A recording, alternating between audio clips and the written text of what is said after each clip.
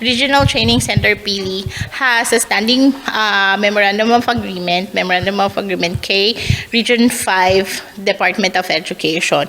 And that is to capacitate yung mga current teachers ng junior high school and ng senior high school na under or who are teachers of the SPTVE track, yung special program for technical vocational education for junior high school, and the TVL track of the senior high school, which is the TechVoc livelihood na track ng senior high school.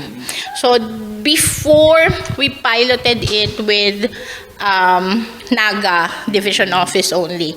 Pero maganda yung feedback, maganda yung response, and now since nalaman ng mga ibang regions, ibang provinces na it's being done in Naga, in coordination and in partnership with the superintendent of EPS na si Ma'am Christy Alvarez through Director Sadsad of the Region 5 DepEd, na cover namin region wide.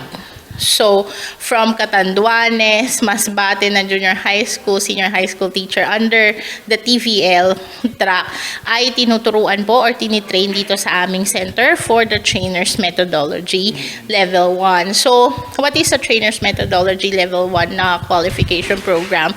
Ang TM1 is a qualification meant to enhance and capacitate the current na skills na meron nila para po maging full-fledged na TVET trainer and as well as assessor. So, why are we doing that?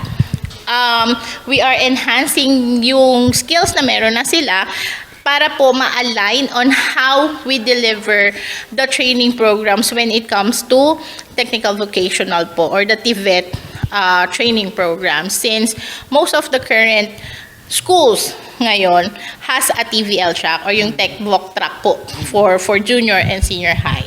So one way to increase din po yung level of certification, di ba po, ang goal man talaga ni K-12 is to ensure na pag-graduate ng high school ng ating mga kabataan, it's either ma-employ na sila or they pursue higher education, which is college.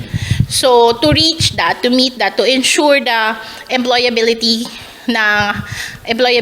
rate or high employability rate ng ating mga high school programs, or high school students rather, is we capacitate and we train, enhance the skills of their teachers, junior and senior high school for the TVL track. Para pag-graduate ni bata sa TVL track, whatever type of TVET qualification may that be na kinuha nila, is mataas din po ang certification rate nila. Ay, ang scope nito, ma'am, yung mga TechVoc teacher. Kung yes TechVoc po. teacher, hindi naman.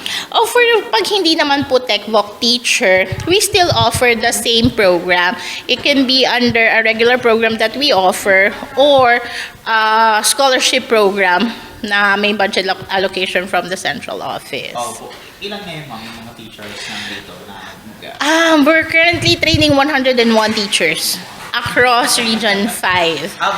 Yes po. Lahat po ito. May Masbate, Catanduanes, Albay, Sorsogon, Naga, Camarines Sur po, Cam Norte.